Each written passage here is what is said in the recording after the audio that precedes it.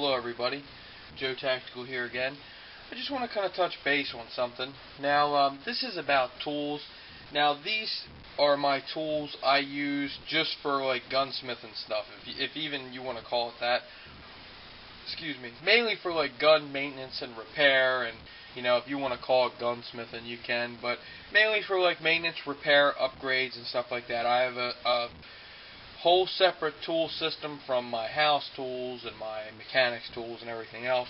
So that's what this stuff is. So if you see it being a little lower end, that's kind of why.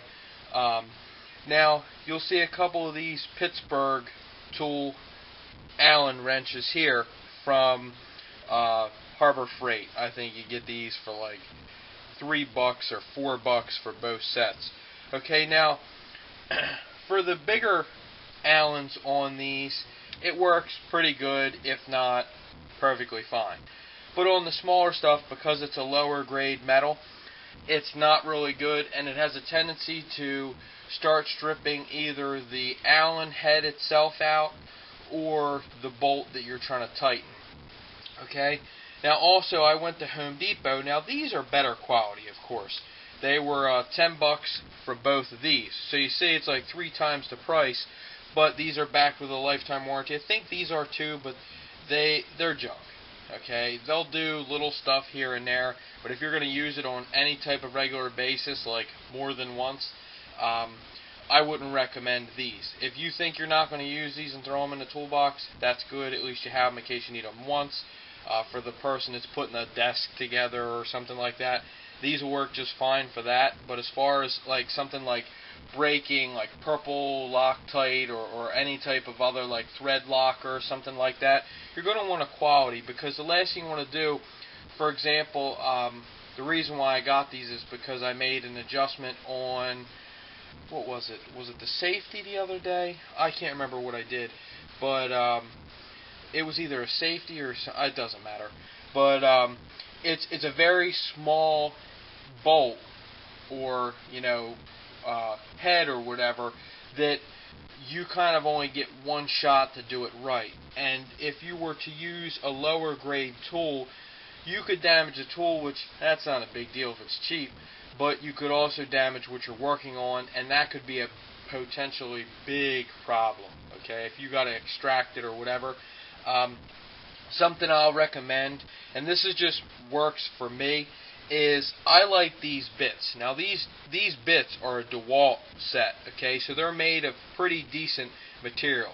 Now just these bits alone were like $6, $5.99 or something at Home Depot, okay, and they're 9 bits, so you have, these 5, and then this 4. Okay, and figures the smallest one is the one that I needed, and I put it on this. Now see, this is a cheapy little Husky ratcheting screwdriver type of thing, to put bits on and everything else. And I really like this. They're back with a lifetime warranty, and you can get them in those kits. Like, I'll show you real quick. Kits like this that come with the bits. These bits kind of suck, but if you're going to use it once or twice, it'll do what you need to do. But if you find that, okay, I need this size bit, that size bit, this size bit, I would recommend getting just what you need, but the better quality. Because when you buy a big kit, you'll get a whole bunch of stuff, and half the stuff you'll never use. Okay, there's certain sizes out there. Just for example, and I'm sure you guys can think of some things, Ford did some stuff with the 9mm bolt. And I don't even know if they still do that, but there was something on there to where you needed a 9mm bolt.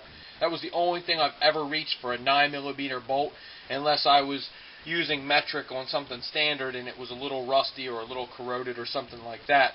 But just to point out, buy what you need. For example, this works for what I was using it for, and you see how small it is. Tiny, right? So if that were to strip out a little bit, or if it was going to strip out what I was working on, that could be a big problem. So just a little tip, just wanted to throw it out there. I'm sure a lot of you guys probably already know this. A lot of people are handy and everything else, but I just wanted to share the importance of it always make sure you get a quality bit, especially if it's on something small, because the last thing you want to do is would want to strip something out.